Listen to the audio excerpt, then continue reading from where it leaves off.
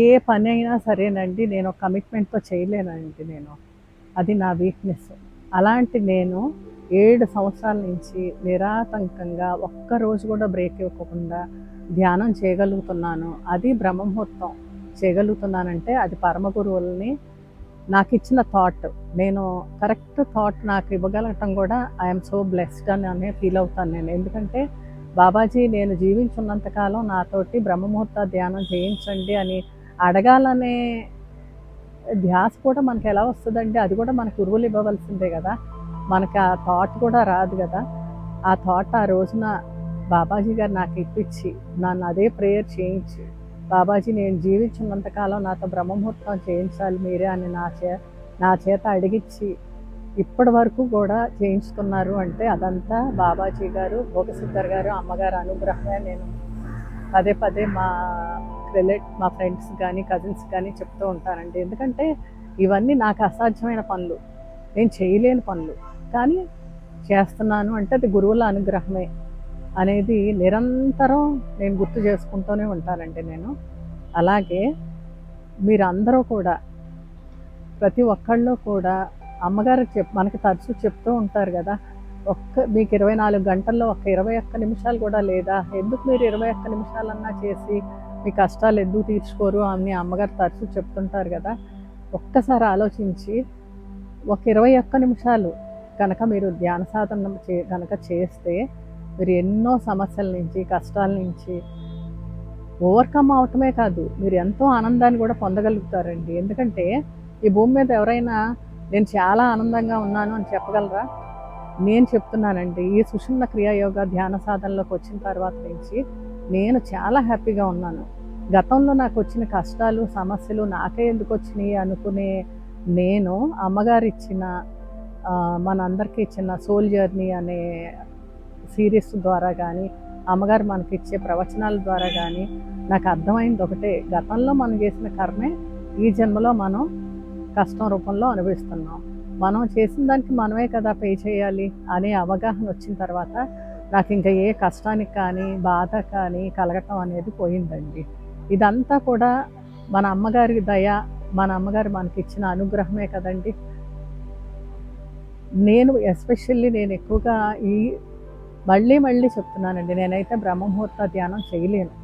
కానీ 7 ఏళ్ల నుంచి ఒక్కరోజు కూడా మానకుండా చేయగలుగుతున్నాను. ధ్యానం చేయటమే కాదు, బ్రహ్మముహూర్త చేయగలుగుతున్నాను అంటే అదంతా పరమగురువులు అమ్మగారి దయ్యేనని మాత్రం గట్టిగా చెప్పగలను.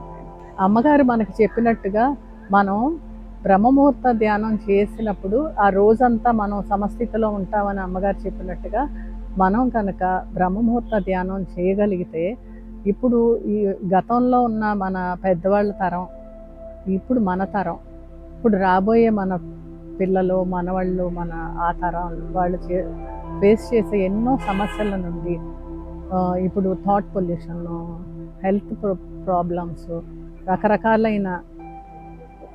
రకరకాలైన ఇష్యూస్ని ఫేస్ చేస్తున్నారు ముందు తరాల వాళ్ళు. ఎందుకంటే మనం విని ఎరగని జబ్బులు, ఇవన్నీ ఫోన్లు, డిస్ట్రాక్షన్స్, వీటన్నిటి నుంచి మనం కాపాడుకోగలిగేది మన పిల్లల్ని, భవిష్యత్ తరాలని కూడా ఈ బ్రహ్మముహూర్త ధ్యానం వల్ల మనం కాపాడుకోగలం. కొంచెం కష్టపడి మనం బ్రహ్మముహూర్త చేసుకోగలిగితే మనం మన తరాలను కాపాడుకోగలం.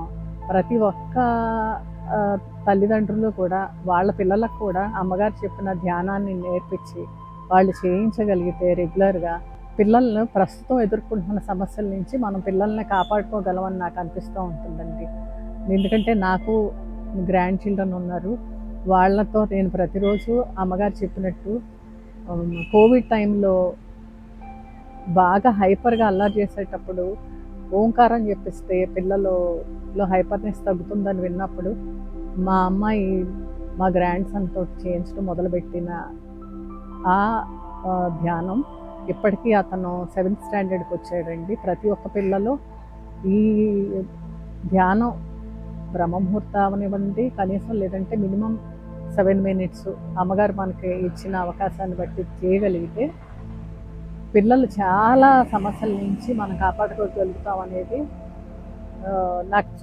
నేను పిల్లలతో తరచూ అంటూ ఉండే మాట అది. ఈ బ్రహ్మముహూర్త ధ్యానం ఏ పరిస్థితిలో కూడా నేను మానకుండా చేయించగలుగుతున్నారు బాబాజీ అని మీకు చెప్పాను కదండి. అలాగే నా హెల్త్ ఇష్యూ వచ్చినప్పుడు నేను హాస్పిటలైజ్ అయినప్పుడు అప్పుడు కూడా అక్కడున్న వారం రోజులు నేను బ్రహ్మముహూర్తం మానలేదండి. ఎందుకంటే ఈ ధ్యాన శక్తి వలన కబుర్లు నాకు వచ్చిన హెల్త్ ఇష్యూకి నేనేమి టెన్షన్ పడలా. చాలా మామూలుగా క్యాజువల్గా హ్యాపీగా ఉండేదాన్ని. హాస్పిటల్లో నన్ను చూడటానికి వచ్చిన సిస్టర్స్ అందరూ పేషెంట్ ఎవరన్నా అడిగేవాళ్ళు. అప్పుడు కూడా నేను మానలేదు. తర్వాత మా ఫాదర్ ఇన్ లా కానీ ఎక్స్పైర్ అయినప్పుడు కూడా మానలా. ఎందుకంటే వెళ్ళిపోయిన పెద్దలకు కూడా ఇది చాలా మంచిది, మన ధ్యాన శక్తిని వారు తీసుకుని ఉత్తమ గతులు పొందుతారని అమ్మగారు చెప్తూ ఉంటారు కదా. మన వినాయక చవితి ఈ 49 డేస్ మొదలుపెట్టిన తర్వాత 15 డేస్కే వచ్చిన ఈ పితృపక్షాలలో మనకు అమ్మగారు ఆ నాలెడ్జ్ ఇచ్చారు మనకి. ఆ తర్వాత దేవీ నవరాత్రుల్లో అమ్మవారి గురించి నాలెడ్జ్ ఇచ్చారు. అలాగా